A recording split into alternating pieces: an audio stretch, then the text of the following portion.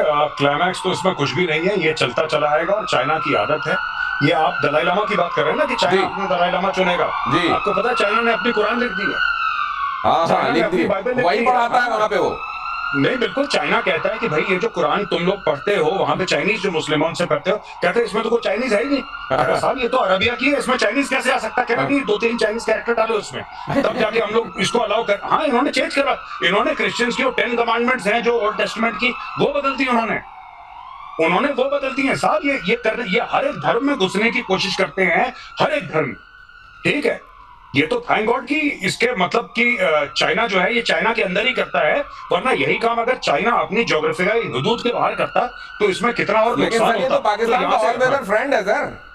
आप कह रहे हैं उसने कुरान बदल दी है, वो तो ऑल वेदर फ्रेंड है पाकिस्तान का। पाकिस्तान कुरान, जो चाइनीज कुरान है वो पढ़ने के लिए राजी हो जाएगा। एक बार चाइनीज पैसा तो दे उनको।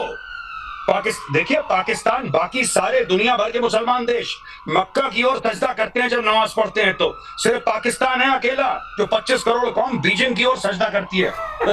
ये इनका कंपास उल्टा चलता है। ये तो आप ये है इनका धर्म, ये है इनकी अपनी कौम परस्ती।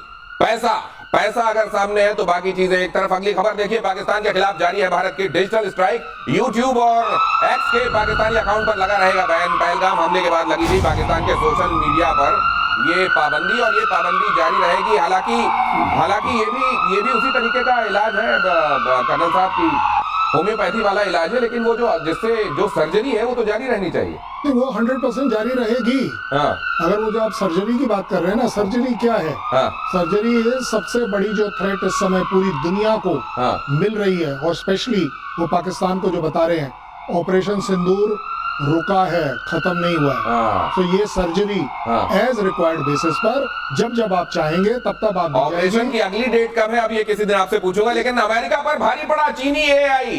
चीन के एआई का नाम डीप सीक। बड़ी कंपनियों में एआई का इस्तेमाल हो रहा है। अमेरिकी एआई की तुलना में 17 गुना सस्ता है।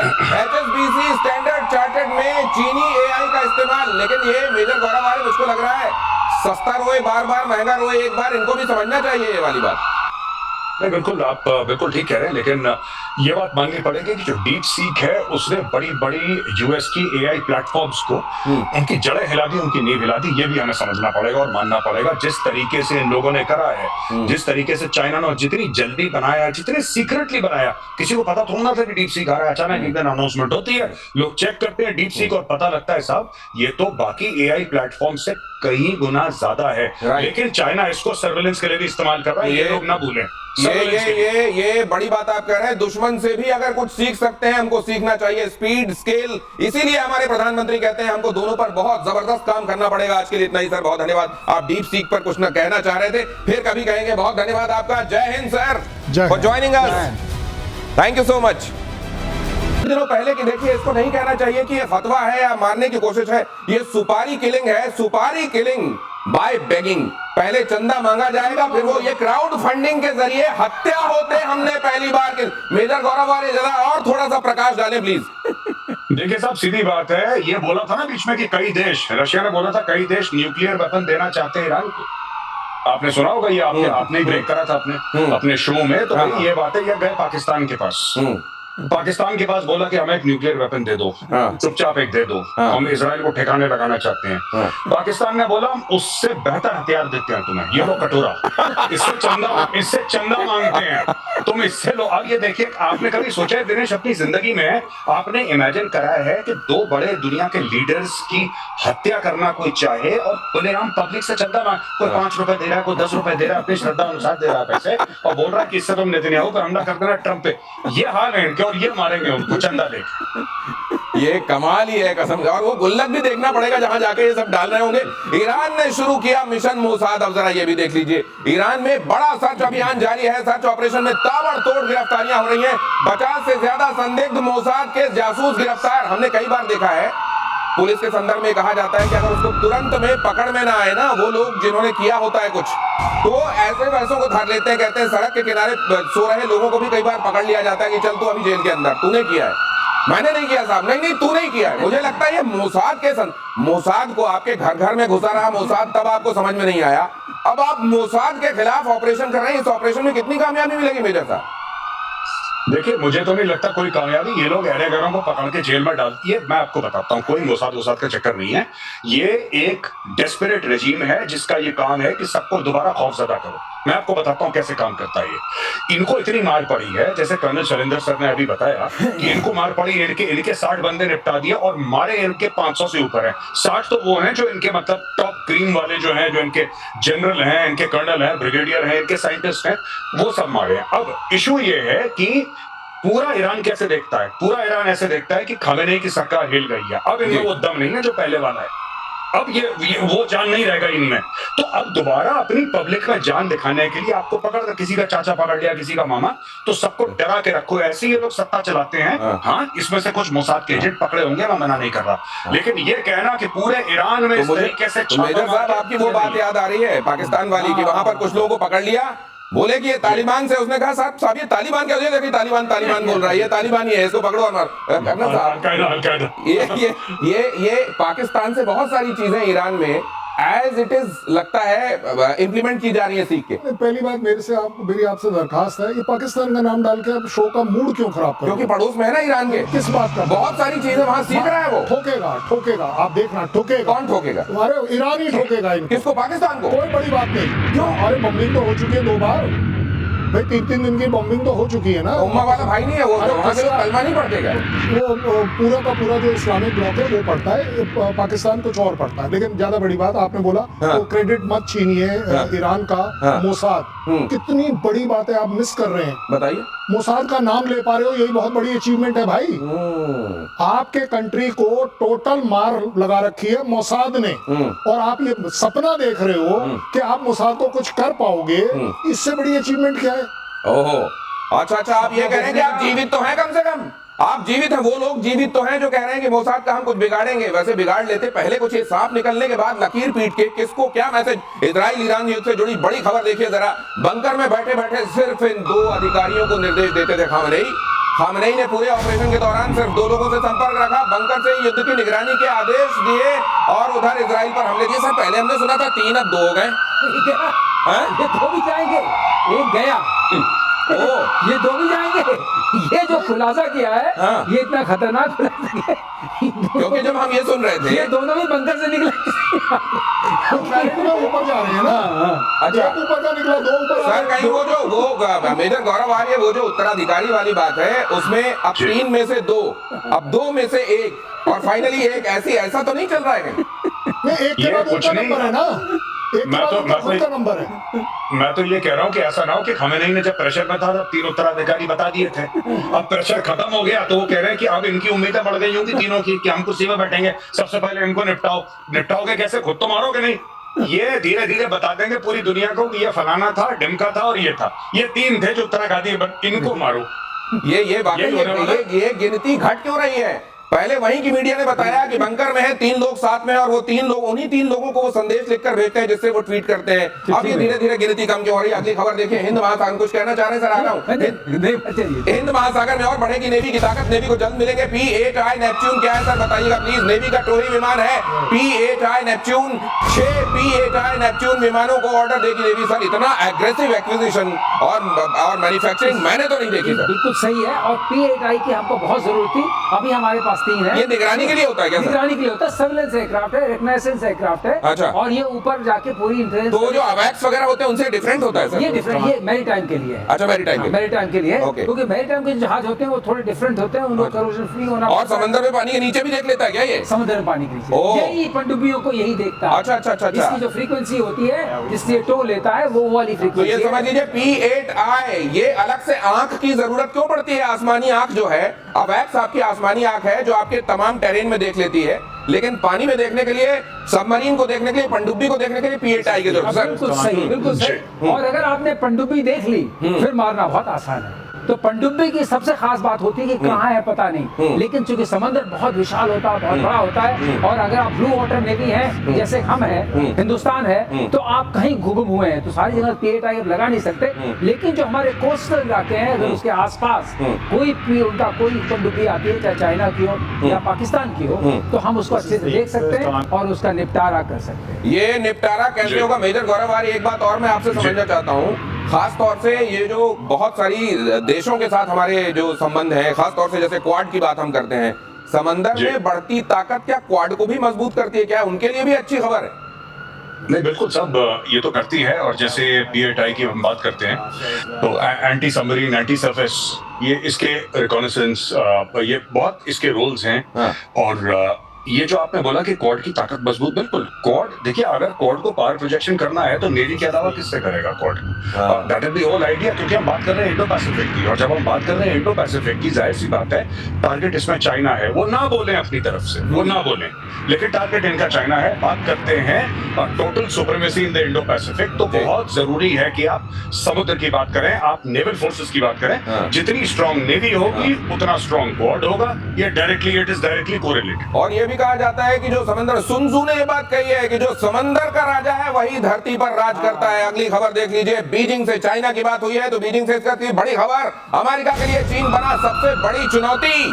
पेंटागन से 10 गुना बड़ी मिलिट्री सिटी बना रहा है चीन। पेंटागन से 10 गुना बड़ा शहर बसा दे रहा है मिलिट्री का। मिलिट्री सिटी परमाणु हमले झेलने में भी सक्षम, बंकरों से लैस रहेगी। यही दोनों मुझको लगता है इस दुनिया का राम नाम जब कभी अगर होगा तो चीन और अमेरिका में से ही कोई करेगा, कर्नल साहब। नहीं, मैं तो चाहूंगा कि चीन और अमेरिका आपस में एक दूसरे के साथ कर ले। नहीं, वो जब इतने बड़े हाथी लड़ेंगे तो सर घास तो रौंदी जाएगी दुनिया की। नहीं, आजकल अगर मैं घास फूस जो है वो पाकिस्तान को आप बोल रहे तो मैं रेफरेंस एक्सेप्ट कर लूंगा। आजकल इंडिया अपनी एक अलग लाइन पर चल रहा है। अच्छा। हम अपनी एक अलग इकोनॉमिक डेवलपमेंट पर चल रहे हैं। ये जो PATI आप बता रहे हैं, ये क्या है? ये हमारी एक अलग लाइन है। अच्छा। हम अपने को अपने लिए तैयार कर रहे हैं। हमें किसी से कोई मतलब नहीं कि कौन क्या कर रहा है। हम आप एक बात बताइए, बड़ी छोटी सी बात बताओ। गलवान हुआ, चाइना के पास बहुत बड़ी फोर्स है, ठीक है, आया क्यों नहीं अंदर? भाई तेरे को रोका किसने? तू बड़ा लंबा चौड़ा है ना, तेरे पास डाटा के हिसाब से चाइना बहुत बड़ा तगड़ा है, ठीक है, आया क्यों नहीं? क्योंकि जो जज्बा है उसका कोई तोड़ नहीं होता। और ये जज्बा सिर्फ इंडियन आर्मी के पास। जज्बा सर, ये जज्बा तो खैर किसी मशीन में बनाया नहीं जा सकता। लेकिन वो पाकिस्तान अपने आप को एट्रीब्यूट करता है जज्बे वाली कौम। जज्बा एक्चुअली कहाँ है वो? लेकिन मेजर गौरव आर्य, एक बात समझाइए जरा, ये 5 गुना, 10 गुना, 15 गुना ज्यादा बनाना, ये 7वीं, 8वीं, 10वीं जनरेशन तक मैं कहता हूं बना लो आप फाइटर जेट्स। ये जब कहीं तुम लड़ नहीं रहे हो, तुम्हारे सैनिक कहीं लड़ नहीं रहे, तो इतने सारे हथियार लेके तुम कभी लड़ाई लड़ नहीं रहे हो, तो एक्चुअली क्यों कर रहे हो ये? नहीं, देखिए बात ये है, दो बातें हैं। एक तो कंपटीशन का डायरेक्टली अमेरिका से है। अपनी पब्लिक को इतना इन्होंने ज्ञान दे दिया है कि हम ये कर देंगे, वो कर देंगे, ये सब चीजें। और तीसरी बात, बहुत इंपॉर्टेंट चीज है दिनेश, की अभी 1-2 दिन पहले की खबर है कि इन लोगों ने क्या करा कि शी जिनपिंग अब दिखाई नहीं दे रहे। G20 में शी जिनपिंग नहीं आए थे, राइट? और अभी ब्रिक्स समिट में ऐसा सुनने में आया है कि शी जिनपिंग नहीं होंगे वहां पे। SCO क्योंकि इनके खुद का है तो ठीक है, शंघाई कोऑपरेशन है तो इनको तो जाना पड़ेगा वहां पे।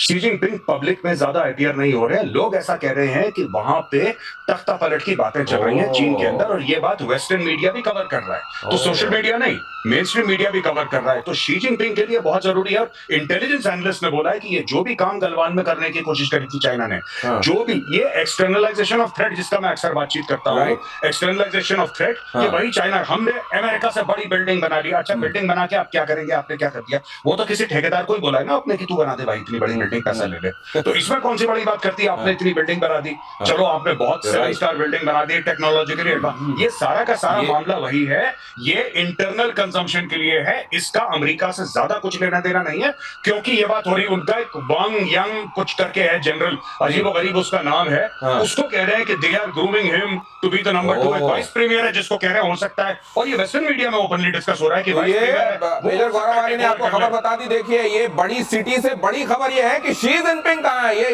ये वैसे चाइना में खूब चलता है, जाने कहां मेरा जिगर गया जी, अभी यहीं था, किधर गया जी। अगली खबर देखिए, भारत की ताकत से घबराया पाकिस्तान, तुर्की की मदद से सैन्य शक्ति बढ़ाने की कोशिश।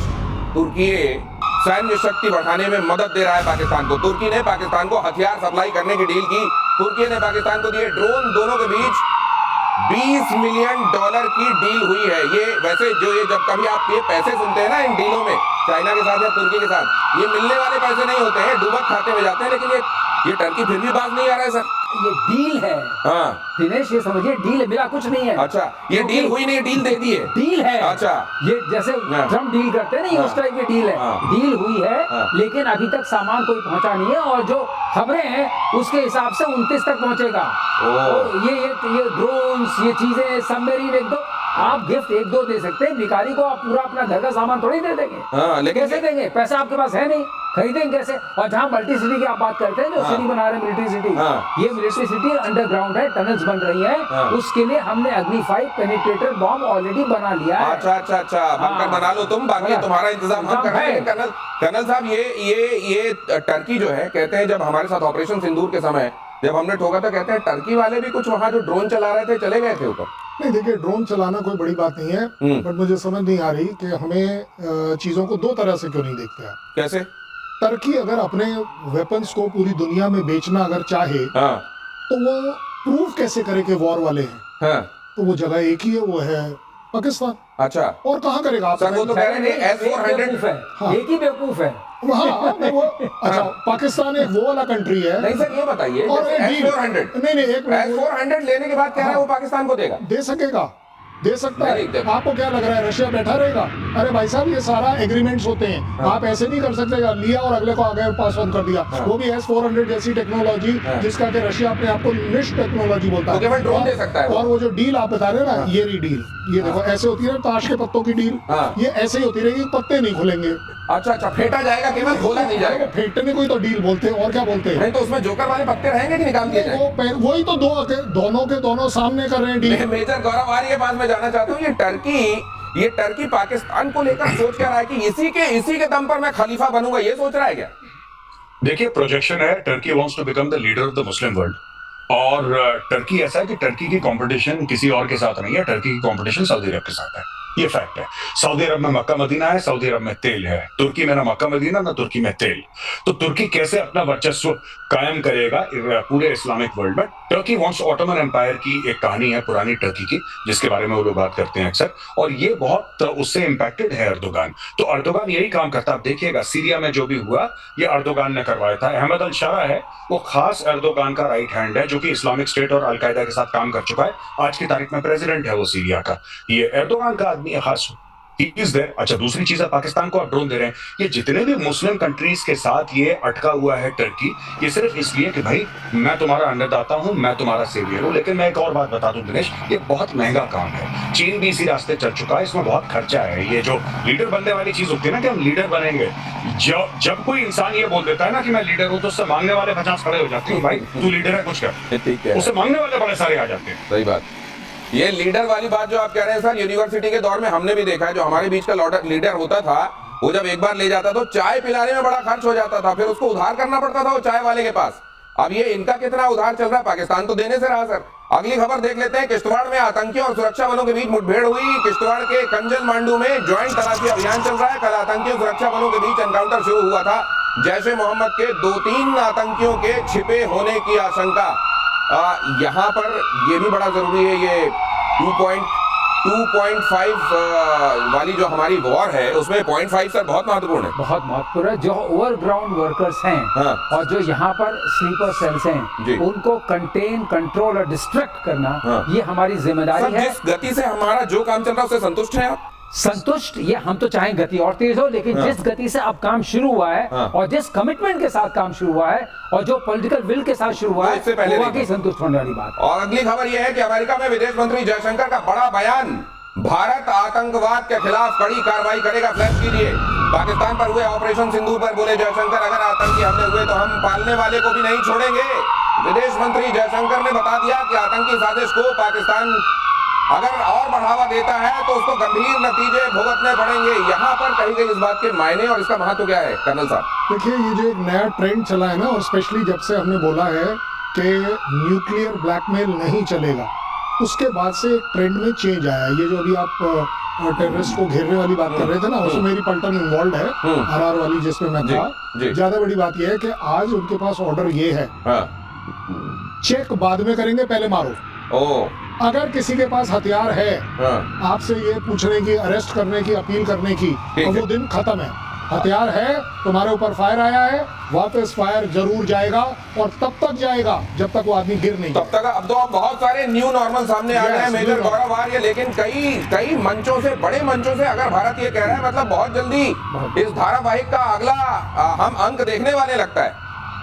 बिल्कुल आप ठीक कह रहे हैं दिनेश। और सिर्फ ये नहीं कि हम हिंटरलैंड में ऑपरेशन करें, क्योंकि हिंटरलैंड में आप ऑपरेशन कर रहे हैं पिछले 30 साल से, ठीक है, और आप 100 मार देते हैं हर साल, ये 100 फिर जन्म ले लेते हैं, फिर 100 मारते हैं, ये 100 का साइकिल चलता चला आ रहा है काफी टाइम से। पहले ज्यादा होते थे, अब 100 हो गए, 50 हो गए, लेकिन ये होता रहेगा। और इंडिया ने जो ऑपरेशन सिंदूर करा था, this is the right thing.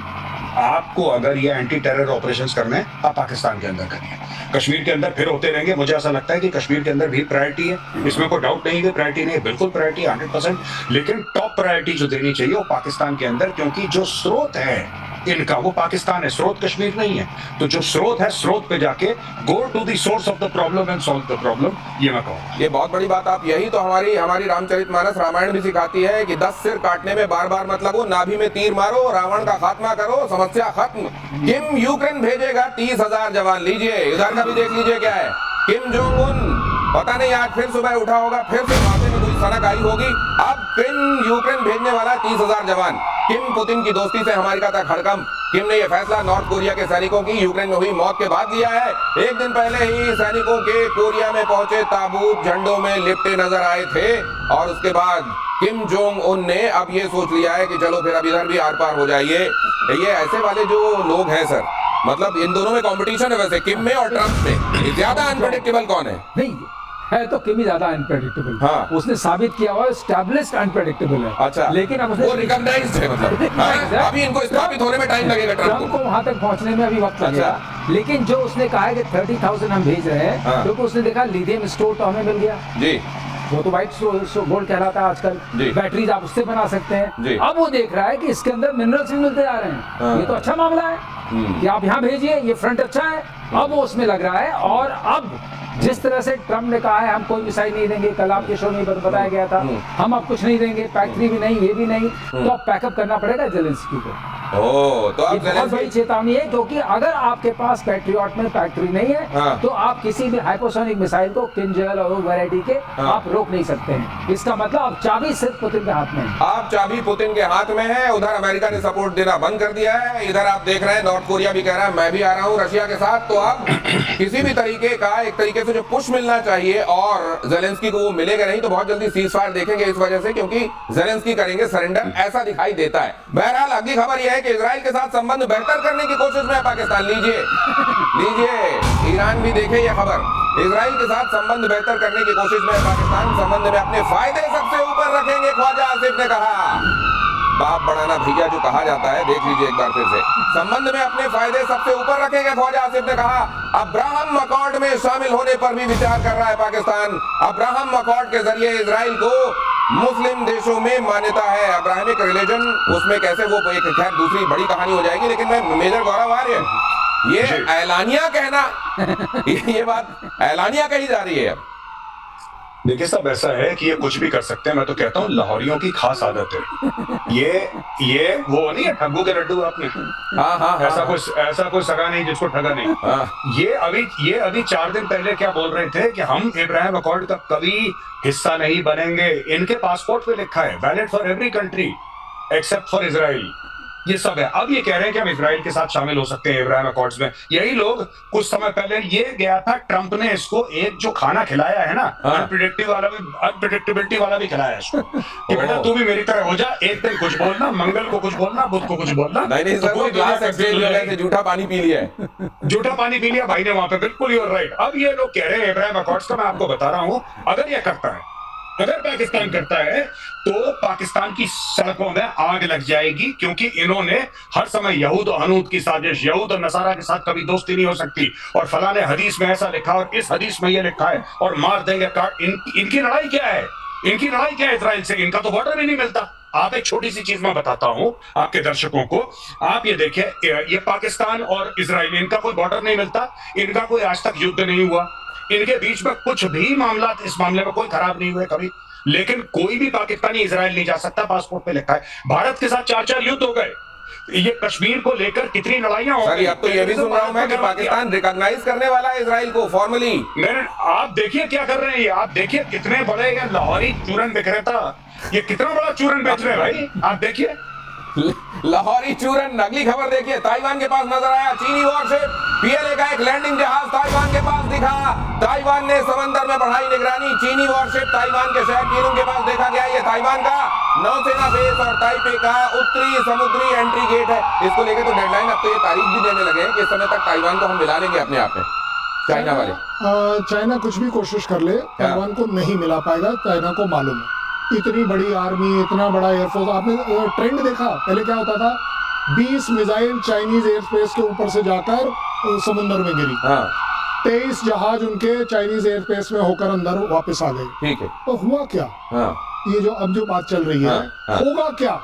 सिवाय ये वो वाली बात है ना, तू कहे तो जान भी दे दूं, कहने में हर्ज क्या है? तो ये कहने में हर्ज पाकिस्तान का भी कोई नहीं है। कौन सी स्टेबिलिटी है पाकिस्तान के पास जहां उसने आज तक कहीं कोई अपनी किसी भी कंट्री के साथ दोस्ती निभाई हो? आप बता दीजिए। चलिए, अच्छा चाहे मैं कह रहा हूँ, कौन सी ऐसी कंट्री है जहां उन्होंने इस्लाम के नाम पर दोस्ती निभाई हो? ऐसा कोई सगा नहीं जिसको ठगा नहीं, इसलिए कह रहे सर। लेकिन ये चाइना ताइवान वाला मसला मतलब कब्जा होगा नहीं, लेकिन साथ में ये वाला ये जो थ्रेट है ये कभी कम करेंगे नहीं। तो ये क्या, हाँ, कुछ हवाई जहाज हैं उनको कहीं उड़ाना है। अच्छा। कुछ समंदर के जहाज हैं उनको कहीं चलाना है। अच्छा। ईस्ट चाइना सी का एक मकसद है, साउथ चाइना सी का एक मकसद है। लेकिन ये समझ लीजिए दिनेश, आपके चैनल के माध्यम से मैं दर्शकों को बता रहा हूँ, इसमें कभी भी चाइना का वर्चस्व हो नहीं सकता। ये पॉसिबल ही नहीं है। और जहां तक ताइवान का सवाल है, ताइवान इसी तरह रहेगा। ताइवान को जीतना इतना आसान है, अगर ताइवान में हाथ डाला चाइना ने, चाइना खत्म हो जाएगा। ताइवान का 3/4 माउंटेनियस रीजन है, फॉरेस्टेड है,